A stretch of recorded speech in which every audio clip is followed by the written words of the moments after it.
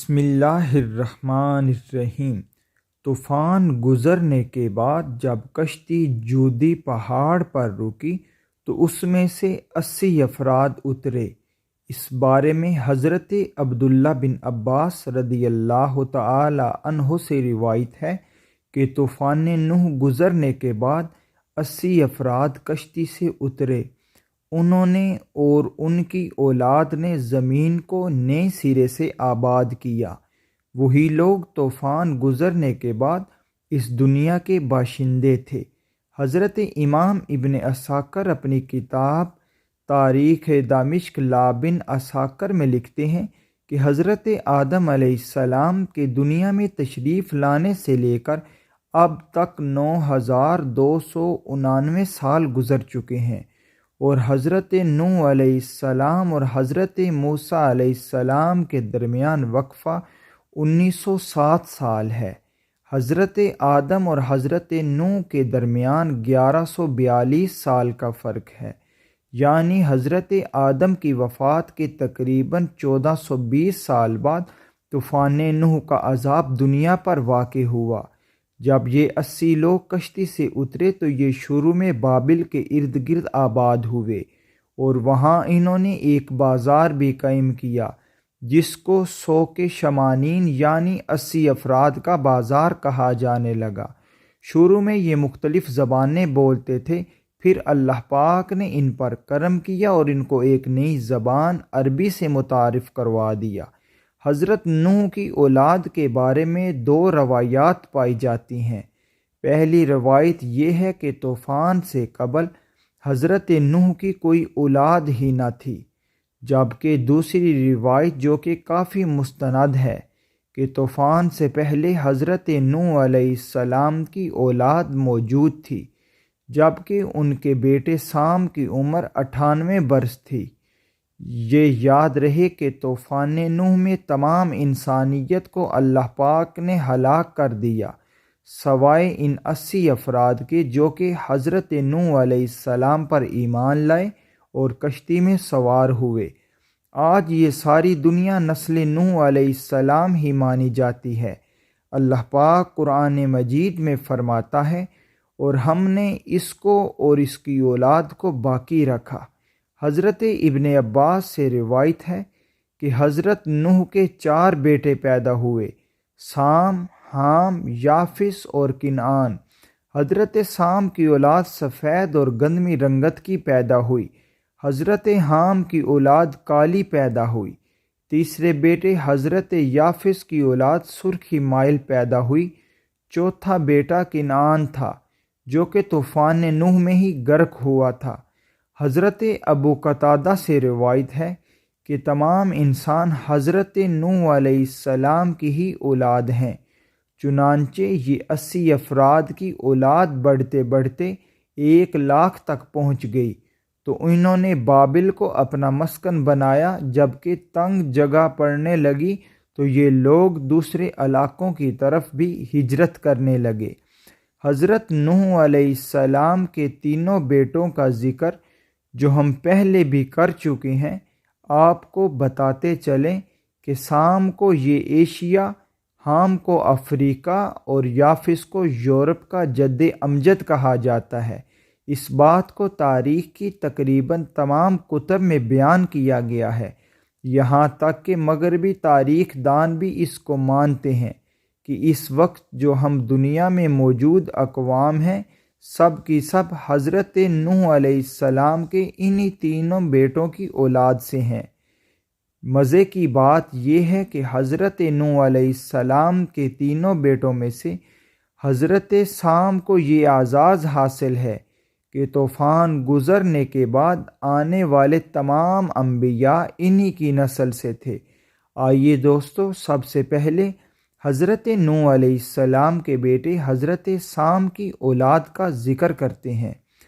حضرت سام کے بیٹوں کی تعداد تاریخ کی کتابوں میں متفقہ علیہ 11 بیان کی گئی ہے، جن کے نام ایلان، قحطان، اسور، عاد، قطبہ، ارفکس، نود، قے، یود، ارشد اور ارام بیان کیے گئے ہیں۔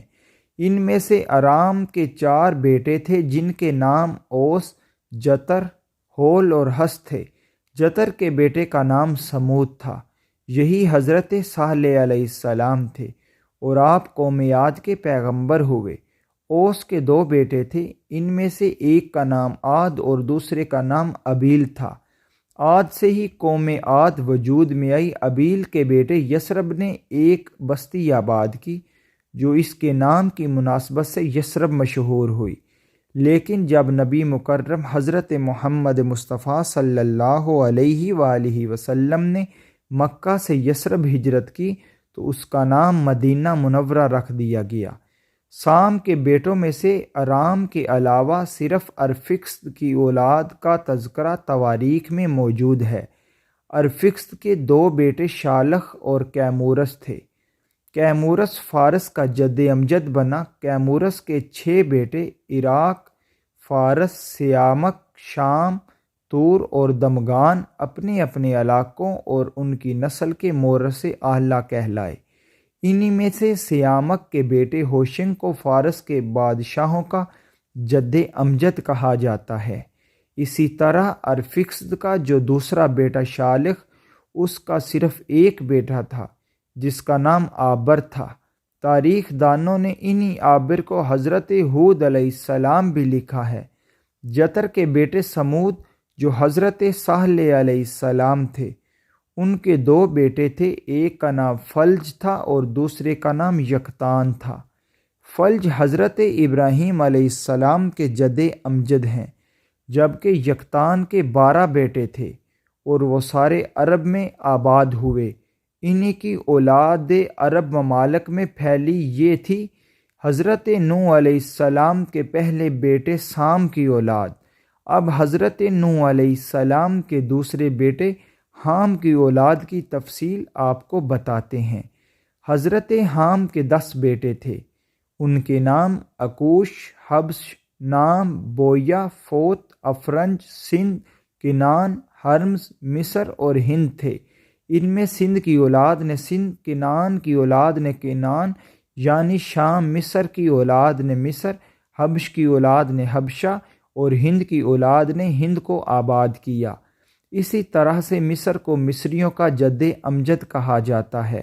اس کے بیٹوں کے نام بودمی، اناسی، لیامی، نفوسی، فتروسی، کسلوجیا اور کفتوری بیان کیے گئے ہیں۔ حام کا ایک بیٹا ہند جس کو ہندوستان کا جد امجد کہا جاتا ہے، اس کے 4 بیٹے تھے جن کے نام پورب، دکن، نہروال اور بنگ تھے۔ بنگ بنگالیوں کا اور پورب مشرقی ہندوستان کی دوسری قوموں کا جد امجد تھا، لیکن دکن اور اس کے 3 بیٹے دکن کی مختلف قوموں کے مورث اعلیٰ کہلائے۔ اب بات کرتے ہیں حضرت نوح علیہ السلام کے تیسرے بیٹے یافس کی۔ حضرت یافس کے 10 بیٹے تھے جن کے نام بالترتیب ادریس، ترک، ہمبر، چین، مادی، ماجوج، یادان، توبل، مسلک اور تیراس ہیں۔ چینی عوام حضرت یافس کے بیٹے چین کی اولاد ہیں۔ ترک کی اولاد نے ترکستان کی ریاستیں آباد کیں۔ مسلک اور توبل نے روس کو آباد کیا۔ ابھی بھی روس میں یہ 2 شہر موجود ہیں۔ اللہ اکبر!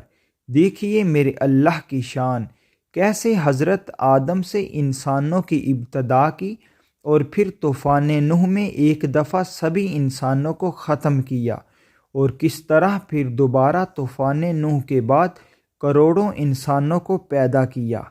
بے شک زمین و آسمان بلکہ اس پوری کائنات کا اللہ ہی خالق و مالک ہے۔ ہمارے لیے کتنی شرم کی بات ہے کہ ایک ہی جد امجد ہونے کے باوجود ہم ایک دوسرے کی جان کے دشمن بنے ہوئے ہیں۔ اللہ پاک ہم سب کو ہدایت اور بھائی چارہ عطا فرمائے، آمین۔ مزید اس طرح کی ویڈیوز دیکھنے کے لیے ہمارے چینل کو سبسکرائب کریں۔